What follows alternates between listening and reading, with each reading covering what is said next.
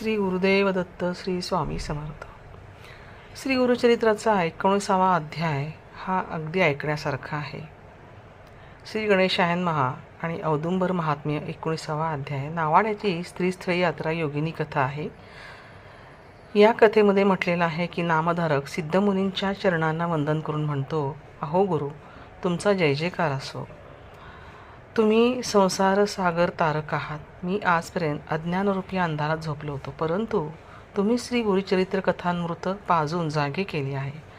आता मला पुढील कथा सांगा. नामधारकाने अशी विनंती केली असता सिद्धमुनींना आनंद झाला. ते म्हणाले, कृष्णा पंचगंगा संगमावरील अमरेश्वराच्या जवळ असलेल्या औदुंबर वृक्षाखाली श्री गुरु नृसिंह सरस्वती वास्तव्य करीत होते.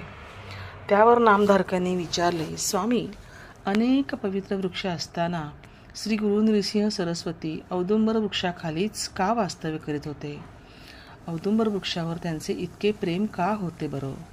नामधारकाने असे विचारले असता सिद्धयोगी म्हणाले, पूर्वी भगवान विष्णूंनी भक्त प्रल्हादाचे रक्षण करण्यासाठी नृसिंह अवतार धारण केला आणि प्रल्हादाचा छळ करणाऱ्या हिरण्यकश्यपूचे पोट आपल्या नखाग्रांनी फाडून त्याला ठार केले. त्यावेळी त्या दैत्याच्या पोटातील भयंकर असे कालकूट विष त्याच्या नखांना आणि बोटांना लागले. त्यामुळे त्याच्या नखांची आग होऊ लागली. त्यावेळी नृसिंहाच्या नखांची आग शांत करण्यासाठी लक्ष्मी देवी औदुंबराची फळे घेऊन आली. नृसिंहाने त्या फळाला आपले नख रोवली असताना त्यांच्या नखाची आग नाहीशी झाली.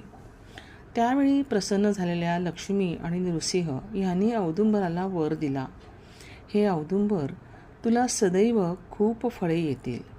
तू कल्पवृक्ष या नावाने ओळखला जाशील.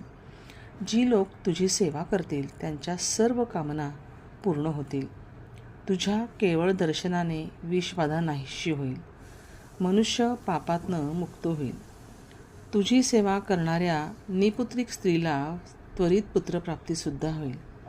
जे दरिद्री असतील ते श्रीमंत होतील. जे लोक तुझ्या छायेत बसून जपतप अनुष्ठान करतील त्यांना अनंत पुण्याची प्राप्ती होईल. ते ज्ञानी होतील. त्यांची सर्व मनोरथ सिद्धीला जातील. तुझ्या छायेतील पाण्यात जे स्नान करतील त्यांना गंगा स्नानाचे पुण्य प्राप्त होईल.